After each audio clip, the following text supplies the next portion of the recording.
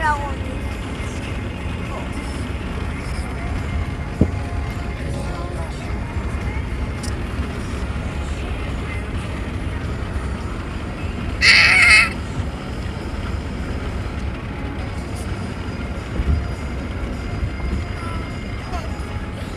¿Dónde hacer la lengua?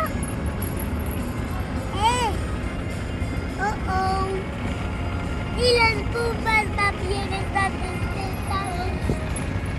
Y las tortugas también. Y las jirafas. Y los dragones. Sí, tienes mucha razón.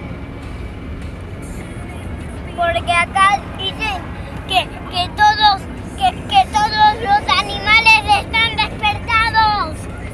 ¡Ah! ¡Ah!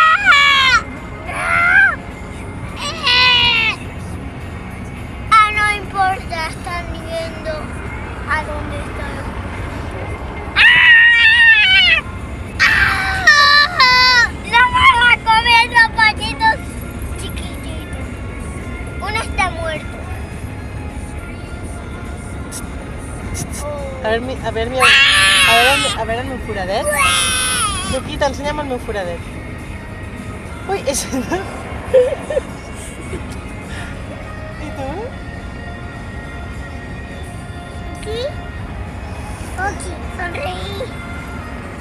A ver el furadete.